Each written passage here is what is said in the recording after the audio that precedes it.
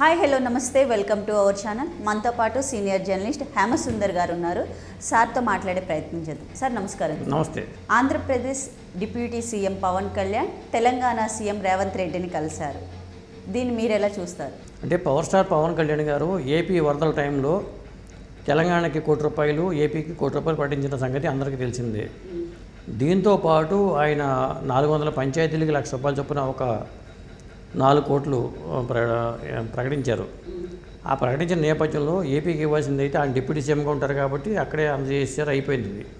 మరి ఈయనకి కూడా ₹1 అనౌన్స్ చేశారు కాబట్టి ఇవ్వాలి. కాబట్టి ఆయన ఈ సందర్భంగా ఇక్కడ హైదరాబాద్ వచ్చారు కాబట్టి కలిసి రేవంత్ రెడ్డి గారిని కలిసి ₹1 ఇచ్చారు. అంతవరకే డిస్కషన్ జరిగి ఉంటుంది తప్పితే ఇంకా వేరే విషయాలు ఏమి ఉండవు. ఇక అంటే ఇరు రాష్ట్రాల గురించి ఏమన్నా చర్చించారా?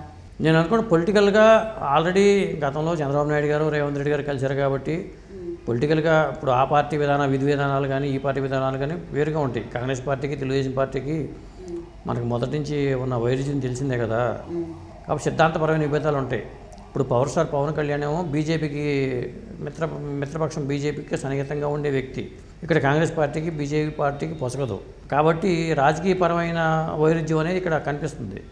కాకపోతే ఇది ఫ్రెండ్లీ నేచర్ ఎలా ఉందంటే, మనం వరద బాధితులను ఆదుకోవడం కోసం నేనేం చేశాను, నేను మాట ఇచ్చాను కాబట్టి ఆ అమౌంట్ ఇవ్వాలి కాబట్టి వచ్చారు. కాబట్టి దీనికి ఏ విధమైన రాజకీయ ప్రాధాన్యత ఉండదు. కొంతమంది ఏమంటారంటే ఊహాగానాలు రాస్తూ ఉంటారు. ఇక్కడ రేవంత్ రెడ్డి గారు హైడ్రా కూల్చివేతలు ఉన్నాయి, లేకపోతే ఇంకోటి ఉన్నాయి, దీని మీద ఏమైనా మాట్లాడతకెళ్ళారా.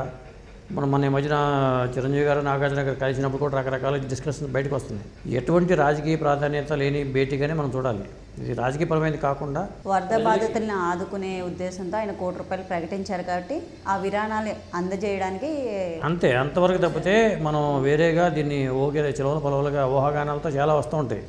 కలిసినప్పుడు పిచ్చాపాటి మాట్లాడుకోవడం ఎలా ఉంది, ఏంటి అక్కడ పరిపాలన ఎలా ఉంది, మీ ఇద్దరి మధ్యలో బాబు గారికి మీకు అంటే ఆయన కూడా రేవంత్ రెడ్డి గారు కూడా ఒకప్పుడు టీడీపీ వ్యక్తే కాబట్టి చంద్రబాబు నాయుడు గారికి ఆయన రాజకీయ గురువుగా చంద్రబాబు నాయుడు గారిని చూడాలి కాబట్టి అక్కడ టీడీపీ వ్యక్తే కాబట్టి ఆ డిస్కషన్ జరుగుద్ది.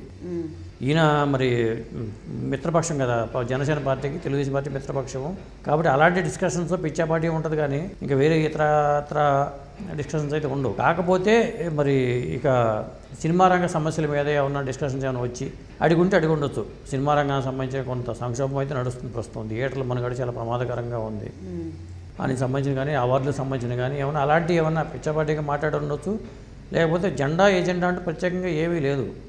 ఆయన డబ్బులు ఇవ్వాలి కాబట్టి వెళ్ళారు, కాసేపు 4 మాటలు మాట్లాడి ఉంటారు. అంతకు మించి ఎటువంటి రాజకీయపరమైన చర్చలకి ఇక్కడ అవకాశం లేదు. అలాంటి సిచ్యువేషన్ కూడా ఇక్కడ లేదు, తెలంగాణలో కూడా లేదు. అండ్ అలాగే సార్, ఇప్పుడు ప్రజెంట్ ఆంధ్రప్రదేశ్ డిప్యూటీ సీఎంగా ఉన్న పవన్ కళ్యాణ్ ముందు సినిమాల్లో ఏమన్నా చేసే అవకాశం ఉందా, లేదంటే మొత్తం రాజకీయ పరంగా రాజకీయానికి ప్రజలకే జీవితం అంకితం చేస్తారా, లేదు మళ్ళీ ఇటు సినిమా రంగంలోకి వచ్చి రాకపోతే ఎలా? ఆయన హైదరాబాద్ వచ్చారంటేనే కొంతమంది నిర్మాతలు ఆయన వస్తున్నారంటేనే నిర్మాతలు కలుస్తారు కంపల్సరీగా. నేను హైదరాబాద్ వచ్చారంటేనే చాలామంది ఆయన వస్తున్నారని తెలిసి అసలు ఆయన రాకుండానే అక్కడికి వెళ్ళి కలిశారు. ఎందుకంటే ఆయన కమిటీ అయిన సినిమాలు చాలా ఉన్నాయి.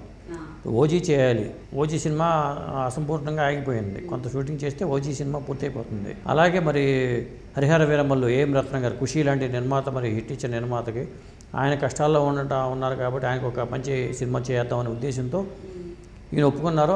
హరిహర వీరమల్లి కూడా కొంత షూటింగ్ అయింది. ఇప్పుడు డైరెక్టర్ కూడా మారిపోయాడు. కృష్ణ సినిమా డైరెక్షన్లో వచ్చిన హరిహర వీరమల్లికి ఇప్పుడు ఏం రత్నం గారు అబ్బాయి జ్యోతికృష్ణ డైరెక్షన్ చేస్తున్నారు. ఆ సినిమా పూర్తి చేయాల్సిన అవసరం చాలా ఉంది. అసంపూర్ణంగా మిగిలిపోయిన సినిమాలు చెప్పాలి అంటే ఇక ఈ 2 కాకుండా హరీష్ శంకర్ డైరెక్షన్లో ఉస్తాద్ భగత్ సింగ్ ఉంది. ఈ 3 సినిమాలు కంప్లీట్ చేయాల్సిన బాధ్యత అయితే ఉంది. అంటే ఇప్పుడు కమిటెడ్లో 3 సినిమాలు ఉన్నాయి. ఈ 3 చేసి అంటే ఎలాగా ఆల్రెడీ నేను వాళ్ళకి మాట ఇచ్చాను, కమిట్ అయ్యాను కాబట్టి ఈ 3 సినిమాలు చేసి ఆపేస్తారా?